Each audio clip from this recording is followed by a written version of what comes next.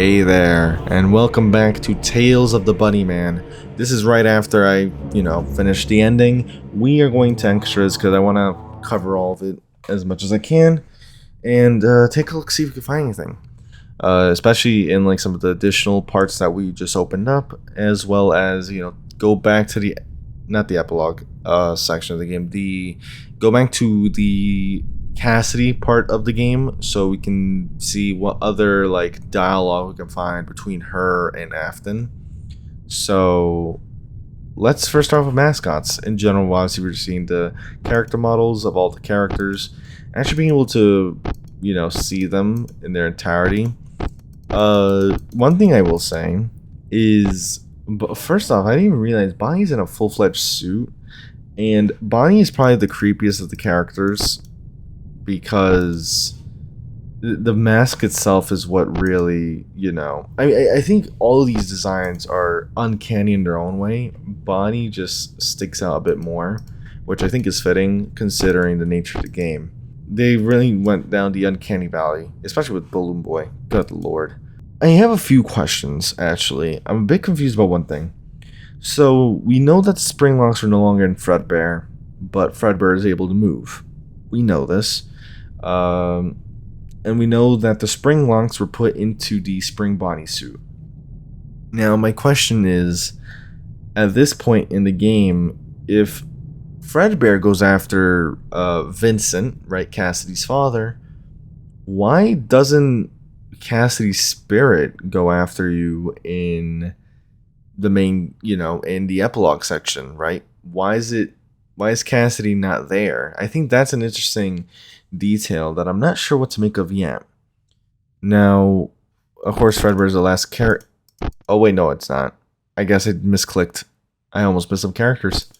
The Bunnyman. Also, you notice that to some degree, the Bunnyman suit is the one that's taken, that's had the most care.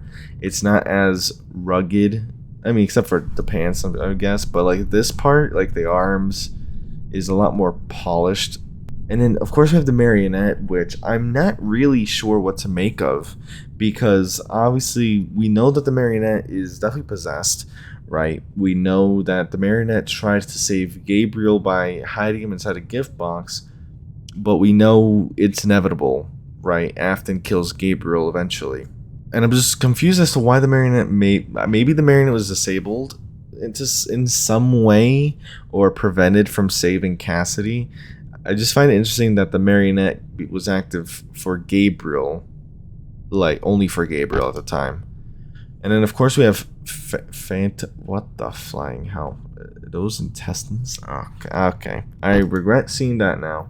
Oh, I didn't get to actually look at these like models, like the Phantom ones, but good lord. Okay. The Poltergeist. Freddy, Chica, Foxy. Characters. Vincent. Always smell bad. We know Vincent is Cassidy's father and was a drunkard. William Afton. Yeah, I don't want to do that anymore. Cassidy with the Fredbear plush. Elizabeth. So, Elizabeth was alive because, like, at the time of the missing children incident, because we saw when Cassidy was running back home, we saw we saw a girl sitting outside holding like some other plushie with I forgot what this condition is called when you have two eyes of different color, but we saw a girl that matches the description. And then obviously we have Fritz, Gabriel, Henry, Jeremy. It seems like the only characters that are bloodied are both William. Wait, I swear, William and Henry are the only bloodied posters. Interestingly enough, obviously we have Jeremy, who was seemingly the first, and then Mike Afton, who has problems with his father, as we saw in the previous, daytime segments. Of course, we also have Rita, Susie, and that's pretty much it in terms of characters. Now, for comics, wait a minute. Are these comics like actually different? I thought these were gonna be the comics for like the game tutorials, but no. So here we have Freddy's comic. Aw, don't cry, little buddy. We'll find your parents in a jiffy. It's like a little cow. Bonnie, wake up, says Monty the alligator. Do you know what you've done? What you've cost me? What's up, Croc? Oh my god, they actually made that joke. Here you have Chica, not Chica, well, Chica with the cupcake and the cow. Carlton, stop being wretched. Foxy saying, oh man, I hope I make it on time. That Monty's a nasty scallywag. And then he just gets startled. Who goes there? Someone says. Finally, you have Balloon Boy. Or not finally, but you have Balloon Boy. Someone stepped on this. Recruit, recruit, recruit, and you'll make money, money, money. What? You heard me. Okay. Balloon Boy's also an odd character throughout the game. Because of that one segment when talking to Susie, I think. Now let's see here. If it weren't for this something puppet, and then literally gets flung, I think, by the puppet or something, and then the end with Spring Bonnie and Fredbear. Okay, what about secret pages? Oh boy, we got reading to do. September 26th, 1988. I saw him tonight. I knew he was here. I felt it for a while now. Curtains drawing without the touch. Creaking on wood I know won't creak. The overly sweet odor these suits secreted after my work, and shadows defying light. But tonight, I saw him. At the foot of my bed, around 2 it must have been, I saw him. Unmistakable to my waking and wandering mind, it was my Bonnie. A cruder Bonnie with a sickly aura around him. The poltergeist, basically. The smell of death combined with the gloom of a reaper. I instantly knew this was a punishment. A raven. But my Bonnie should know this is a gift. I must not sleep. I have company, it seems, and it is quite rude to keep guests waiting. There must be more. I have work to do. They want me to fear, but I cannot help myself from looking into the mirror and seeing the grin I almost forgot I had. One of pure childlike excitement. I'll be waiting. So this is from Afton, clearly, because we know that, literally it says right here, the overly sweet odor these suits secreted after my work, right? Afton's murders. And then here we have what's around 2 weeks later. October 7th, 1988. My hypothesis regarding Bonnie was correct. There are more coming, though. They want my suffering and pain, but they do not understand how rejuvenating this is. The band is coming back to me, and not only just to me, but to my home. I was in the dining room at the end of the table trying to enjoy a dinner, but it did not feel right to eat. I felt her. And as I felt her, she appeared in the door from the other end of the long table. Pushing it open, my Chica's beak slowly hovering in the air, carefully entering. But Chica lacked arms. They haven't forgotten my work after this time, but how did Chica open the door without her arms, I wondered. But as my eyes glanced her up and down, a cancerous growth pulsated and stretched inwards and outwards like labored breathing. A backwards bent limb from the tumor pushed the door for my Chica. It was twitching and shivering as if air was a sharp pain to it, constantly shooting through the diseased flesh it harbored within.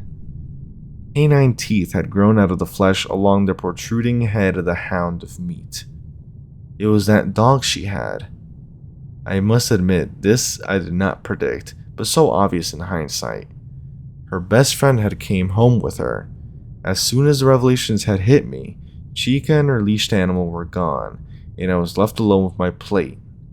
Did not even have time to offer it. She loves food. This is just making Afton, like Afton is getting off on the fact that these spirits, after all this time, are now coming to him. He's reliving his murders. And the very detailed description helps show that. A week later, they think they are getting clever. The sun was setting when I saw my Foxy. In the field outside, I felt it while working. He stood tall and gaunt. The coat Henry had sewn was darkened and blowing in the wind, revealing an exposed rib cage. They're appearing earlier and earlier, no longer bound by dark. The dates, too, I wouldn't forget. 3 years on the same day. Yeah, I was about to say, October 15th, I'm pretty sure is one of the dates that the kids went missing, right? In fact, the order makes sense because first it's Jeremy, then Susie, then Fritz. And we know that the first murder happened in September. Are they visible to others or me alone? I was running these thoughts through and through before it hit me that he was no longer out there in the field. I've made it part of my routine to carry pen and paper for my documentation of their return. I turned on the radio. I needed some music, but the radio was playing our song, 1976, The Reaper. I could not forget that song. The radio was skipping parts, Fear the Reaper. It kept repeating on loop in a broken tone. They think they're clever, somehow knowing the song we were listening to when my Christine manipulating technology? Christine? Or my manipulating technology, or my head? Fear the Reaper. They have a sense of humor, my friends. Don't forget your place. Don't forget who the real Reaper is. Whoever wrote this, again, is it's such a good characterization for Afton so far. October 23rd, 1988. My Freddy was in the basement. I have been anticipating this next visit, my calendar marking only the 23rd. As soon as I was awoken in the morning, I felt him. Inside my house, I knew he was. I cleared room and room looking for him, Polaroid camera in hand. I had to prove if they were physical or mental. Nothing upstairs, nothing downstairs, only the basement left.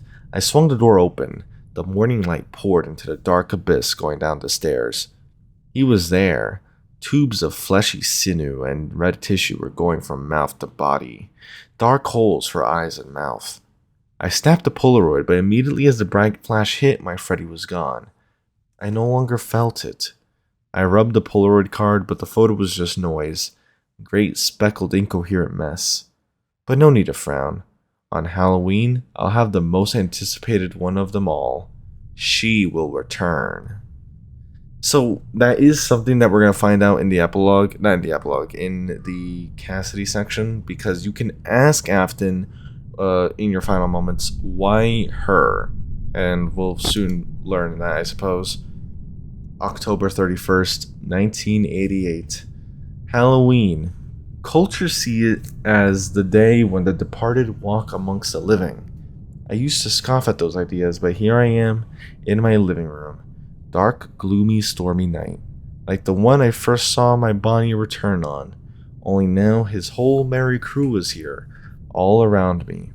Like a child I was on my knees, scrawling their images onto paper. Not unlike they would have been 3 years ago on the floor of Freddy's trying to draw the characters down. She was not here. My Fredbear was not here. No time to frown. Rita would be here any minute.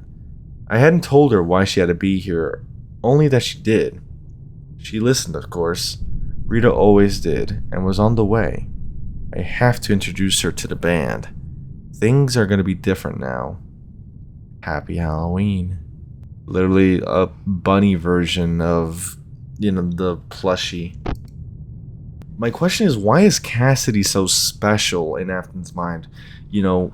Obviously in official FNAF lore, Cassidy a lot of times was referred to as the one you should not have killed, right? Though I know there's a lot of at least recently, there's a lot of theories going around about Cassidy and who is Cassidy. Point being, Cassidy was always described as the one you should not have killed. And I think this is now making it seem as why is Cassidy the most anticipated of them all? What made Cassidy special even among, what made her stand out even among the other children? That's interesting. Memories. Okay, we got even more stuff. This is him when he was little. Believe it or not, he's the younger brother. That girl right next to him is his sister, Elena. Yes, that's your auntie. Or auntie, I suppose. There's him, exhausted after a day of picking up carrots. That little bunny comes from a family full of farmers. Where we stand is a family gift. From this house to Freddy's, and a little more, is all property of the Aftons. Here's a picture from a fall fest. I don't remember the name of this ride. I think it was Okefenokee or something.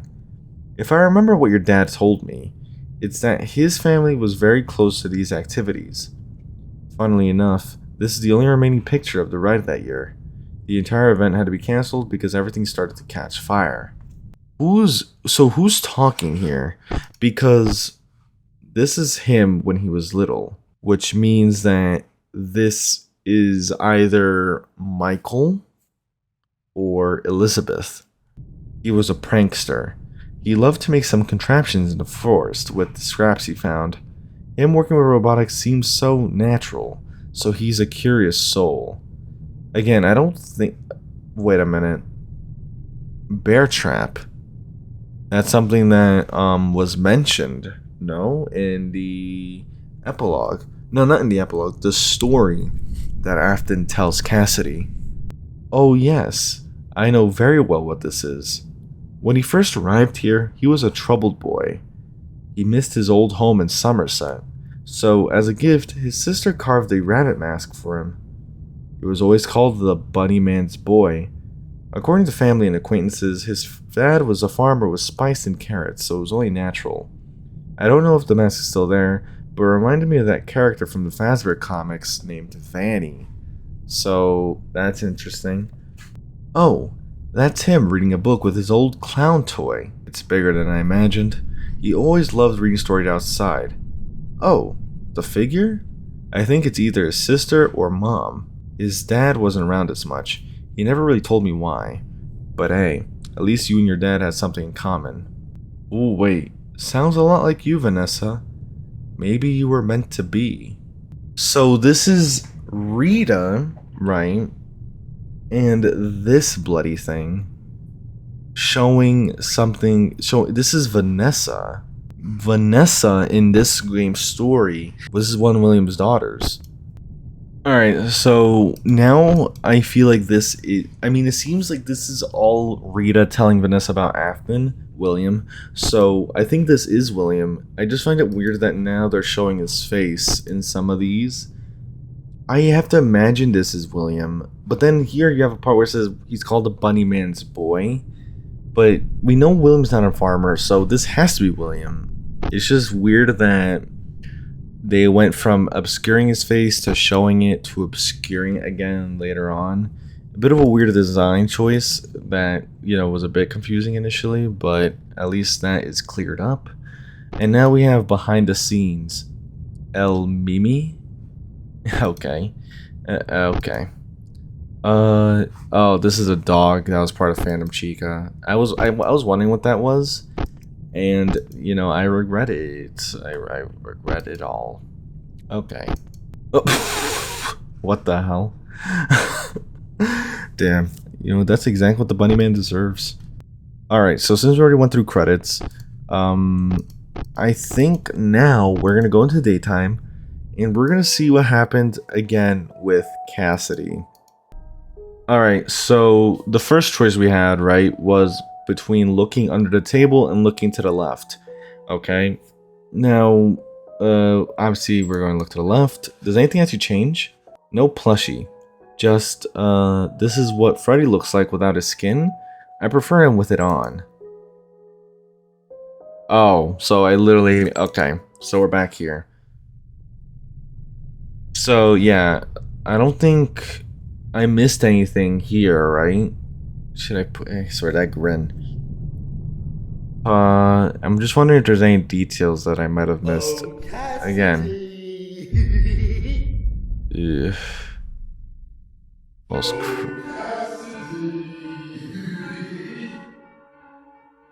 Also, the music they use is very, like, you know, good for it.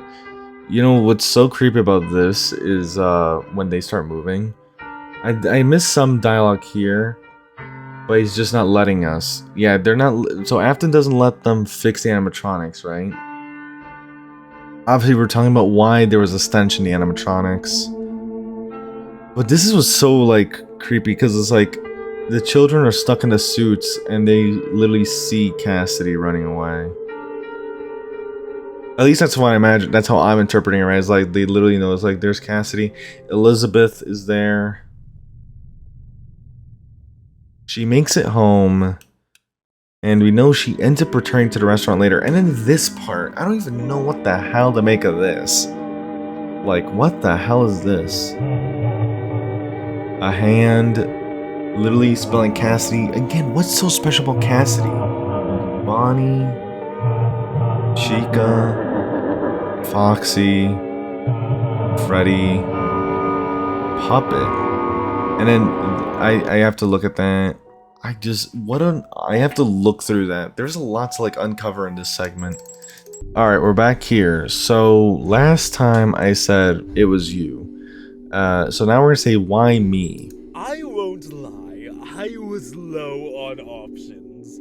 First it was gonna be Henry, but I have other plans for him. Then that Andrew kid, but he would have never fit in the role. But then I remembered your little friend group. And you know what they say? It's all about symmetry in the end, my friend. Symmetry? I mean, I guess if you took it as, right, first he kills Henry's daughter. He then kills Jeremy. Susie, that makes 2 girls, 1 boy. Then he kills Fritz. Then he kills Gabriel, meaning that Cassidy would make it symmetrical, 3 girls, 3 boys. Maybe that's what he's referring to. Obviously we're not gonna go with Can I Hear a Story again. So let's talk about where the hell is my dad? Probably being horrible at his job. Why isn't he looking after you? Okay. I already asked what am I in. I guess we could say, wow, did you see that? But I feel like this is not gonna go anywhere. I'm not dumb. Charlie also tried to do that. Oh, and there you have the confirmation. He killed Charlie, so that's probably what he means by symmetry. That's probably what he means by symmetry. Alright, so we know why her symmetry.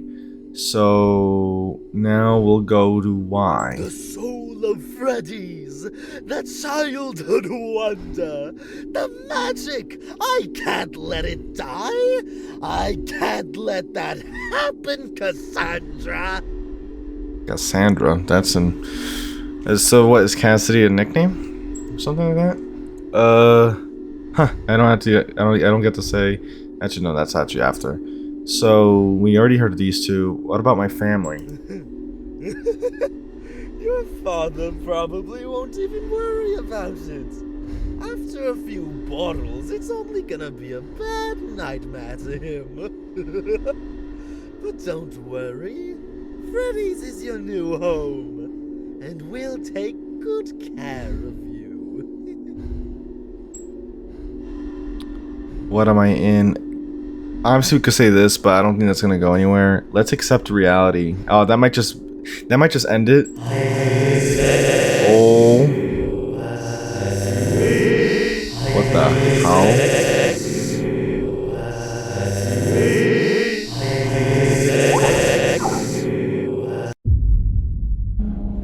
What the hell? Alright, so looking back at this story, I wanted to listen to it again. A little boy loved learning. He learned to learn everything he could. His father thought that experiments were too much. His mother just saw a normal boy. One day, the town was warned of a bear roaming the woods. Later that day, the boy waited until midnight so that he could jump the window and catch it. A new friend, but oh, father dearest knew the truth. The dad, even with his sour emotions about the boy, didn't want the kid to be truly hurt. He got his gun and went to find the boy, but the woods were dark and the night was cold. But when he committed the wrong step, one of the kid's experiments got to him, a bear trap. With that, he had to go back to his home, only to be met by his son and the bear. His fate, only the bear knew. I'm guessing what this is saying is that Afton killed his father with one of his bear traps, thanks to one of the bear traps, and the bear kills Afton. That William's father, rather. That seems to be what's happening here. Now, we already know this and this and this does nothing. I'm guessing this doesn't go anywhere either. Now that's just rude. As we expect. Alright. So, that is interesting. And I'm still left with quite a few questions, right? Obviously, we still have custom night, but there is no telling of whether this actually has anything. This is a really cool story. This is, I think the closest I can kind of compare this to is Return of Bloody Nights once again, because a lot of the focus in that game is about Afton's story, which this game does as well, but in this game, it focuses a lot more on Afton's murders and makes Afton just seem a lot more... delusional is not the right word, but a lot more obsessive about the people that he kills, or the kids rather, right? And it just it has a much more darker tone overall because of the subject matter. But besides that, on to my thoughts on the game. This game took me by surprise, right? Obviously, I think in terms of gameplay, as we've seen, there has a lot going on, right? We have a lot of characters that have multiple mechanics, so it's not that you're always doing the same thing. So, a lot of times you find yourself sometimes having to hide, sometimes having to look for Foxy in the cameras, other times you go on the breaker. Obviously, as the nights go on, that gameplay evolves. And obviously, the epilogue kind of switches things up a little bit, but not too much. It's more of a context type of thing, where in this case, you're no longer Vincent, Cassidy's father, but you're now Afton. And aside from that, again, I think what the game truly shines in the storytelling element, right? The day shift sections, right? As well as, the cutscenes that they literally show with Afton, watching the kids and everything. That's where this game shines, at least for me, because that's what really, took me by surprise and really just, affected, the way I thought about the game in general, and just made me again remember yeah, the story of FNAF is a very sad one. But yeah, great job once again to the Bunny team. The developers did an amazing job in terms of the story execution, the voice actor as well for this game, for William Afton, really good. I mean, they nailed this sort of, they made Afton sound I don't know how to explain it, right? But the way that Afton speaks, especially towards the end, when he's taunting Cassidy, "Oh, Cassidy," is showing that Afton in a lot of ways is this. The way that Afton describes, his joy, he described it a lot it's as if he was a kid again. And the voice actor really communicates how Afton feels when he's, luring the children, and especially when he's, killing Cassidy. Comic Star VO did an amazing job there. You know what I mean? Again, the voice, that's why literally as I was hearing, William tell Cassidy, "You forgot something," and it's just it just gave me dread as I was listening to that, because I was worried to get hit with another jump scare personally, but it's just, for this interpretation of Afton, someone who literally doesn't do this for the scientific value, or not just entirely, right, but this perspective of Afton, it's Afton does this because he truly enjoys it, right? This is a passion for him. This is as I say, this was the prime of his life, and I think that in general was I think the voice actor did a really good job in showing that. I suppose that's what I'm trying to say.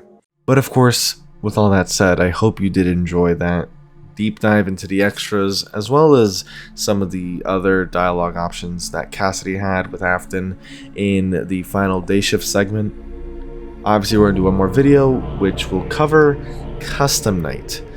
But yeah, of course, I hope to see you. No. But yeah, just wanted to mention that. And of course, I'll see you in another video. Game description below as always. And take care.